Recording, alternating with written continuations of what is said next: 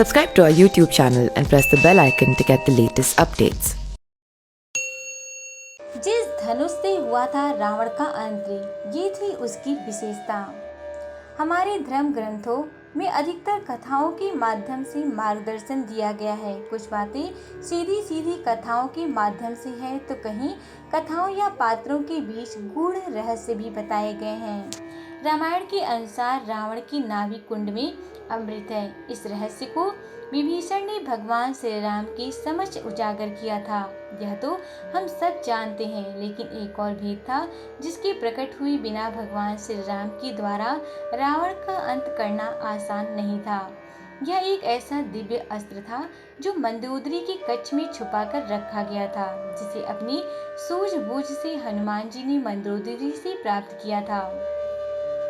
जब भगवान श्री राम ने लंका पर चढ़ाई की तो रावण ने एक के बाद एक अपने कुटुंब के योद्धाओं को भेजा। सभी रणभूमि में पराजित हो गए।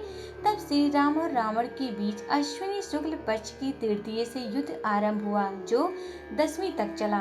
कुल 32 दिनों तक चले इस युद्ध में दोनों ओर से लगातार अस्त्र पर अस्त्र चलाए जा रहे थे, लेकिन रावण था कि वह हार मानने को तैयार नहीं था। रावण भगवान शिव से वरदान प्राप्त होने के साथ ही साथ युद्ध कौशल और मायावी शक्ति का धनी था।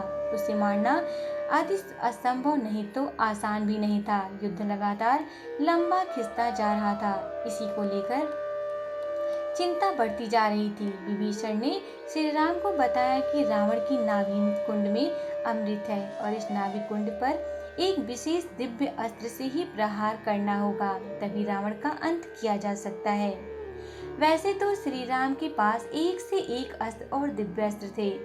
धनुष और उनके तरकस के तीर भी विशेष और दिव्य थे, लेकिन शिव के वरदान के बाद रावण की शक्ति बढ़ गई थी। वैसे ग्रंथों में भगवान श्री राम के पास 2 प्रकार के धनुष का जिक्र आया है। एक वह जिसे भगवान राम हमेशा धारण किए रहते हैं।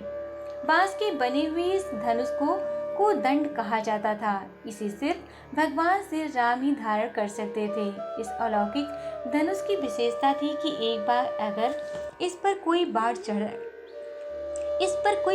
चढ़ा दिया जाए तो फिर वह लक्ष्य भेद कर ही लौटता था। जब तक बहुत आवश्यक ना हो, राम जी इस धनुष पर बाण नहीं चढ़ाते थे। पूरे युद्ध में इसी कोदंड धनुष से भगवान राम ने कितने ही राक्षसों का अंत किया, लेकिन रावण का अंत राम जी ने अपने धनुष से नहीं किया। विभीषण ने राम जी को बताया कि प्रभु, इस तरह तो युद्ध में कोई भी पराजित नहीं होगा। रावण का अंत करने के लिए उस दिव्य अस्त्र की आवश्यकता है जो ब्रह्मा जी ने रावण को वरदान के रूप में प्रदान किया था। रावण ने इस दिव्य धनुष को मंदोदरी के कच्छ में छुपाया हुआ है। मुश्किल यह थी कि इस दिव्य धनुष को प्राप्त कैसे किया जाए। इसके लिए सबसे उपयुक्त हनुमान जी ही नजर आए, क्योंकि वह बल बुद्धि से परिपूर्ण थे। हनुमान जी पहले भी लंका हो आए थे। हनुमान जी ब्राह्मण का वेश धारण कर मंदोदरी के महल में पहुंचे और अपनी बुद्धि के बल पर मंदोदरी से वह दिव्य धनुष प्राप्त किया। हनुमान जी आकाश मार्ग से लौटे और भगवान श्री राम को यह दिव्य धनुष सौंप दिया। इस दिव्य अस्त्र के जरिए भगवान श्री राम ने रावण के नाभि कुंड पर प्रहार किया, जिससे रावण का अंत हो सका। इस तरह रावण का अंत अपने ही अस्त्र से हो गया। Subscribe to our YouTube channel and press the bell icon to get the latest updates.